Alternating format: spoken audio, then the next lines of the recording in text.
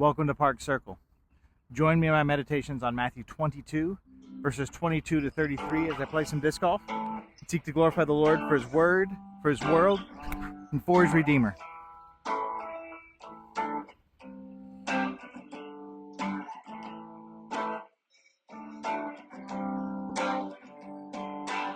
We'll recall that in Matthew 22, Jesus has been dealing with questions, typically bad faith questions, from various comers, and he continues to do so. He's shut down the Herodians and the Pharisees.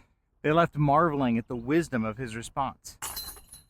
In our verses today, Jesus addresses a bad faith question from the Sadducees, a different group of community leaders, ones whom the texts tell us denied the reality of the resurrection. The Sadducees have some bad theology in their denial of the resurrection, but they aren't dumb. They're in fact very well read, and so they asked Jesus a question about the law that required a man to provide children for his brother if he dies childless. Under the Old Covenant, God had provided a stipulation that the clans and families of Israel would be preserved, that if a brother died, leaving no offspring, that his brother was to take his wife as his own and raise up a child to bear his name. We even see this practice before the covenant from Sinai in Judah's sons, the second of whom took Tamar as his wife but refused to give her a child because he knew the child would be his brother's and not his own. And so the Sadducees come to Jesus, mention this provision, and then pose a hypothetical. They present a family of 7 brothers, the first of whom takes a wife and dies having no children. Then each brother in turn has the wife, but also fails to bear children and dies. Finally, this poor woman dies as well. They come to the crux of their question when they say, in the resurrection, whose wife will she be? For they all had her.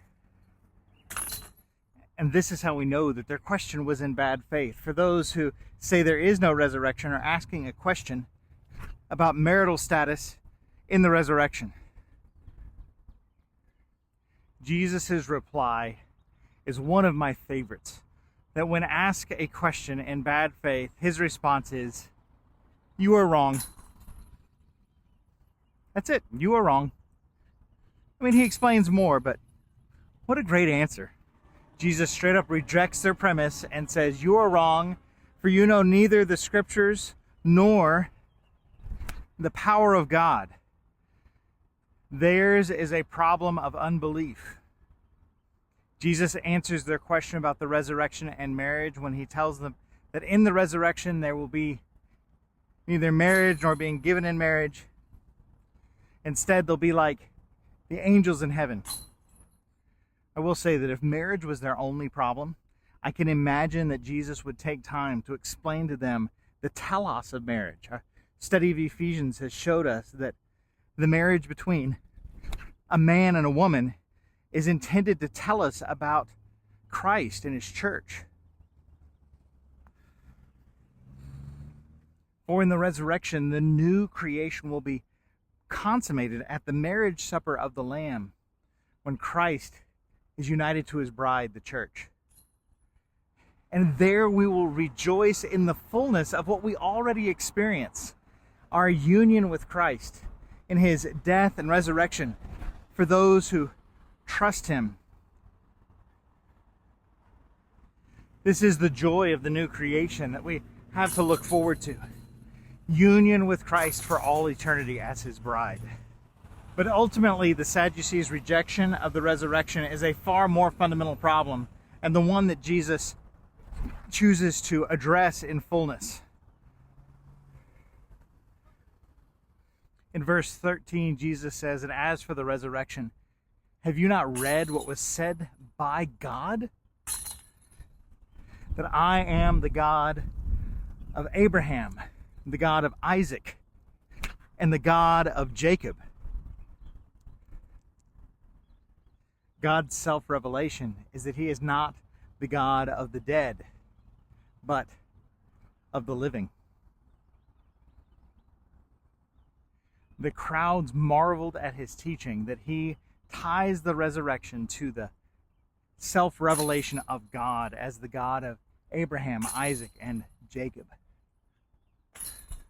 Jesus is helping us to see that even now, Abraham, Isaac, and Jacob enjoy a life with God.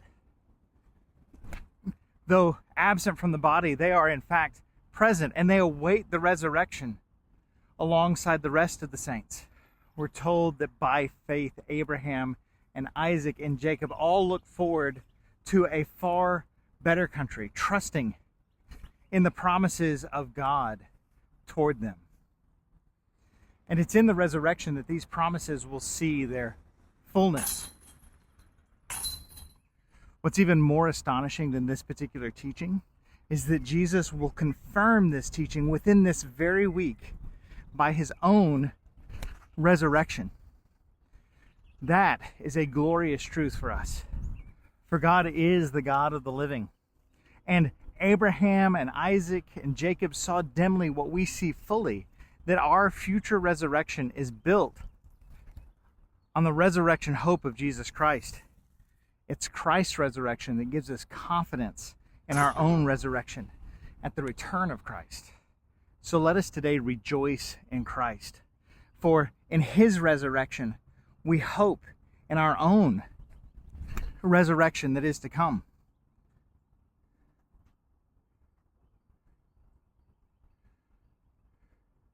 Let's meditate on his word so that when we hear, "You are wrong," we might become right, understanding both the scriptures and the power of God.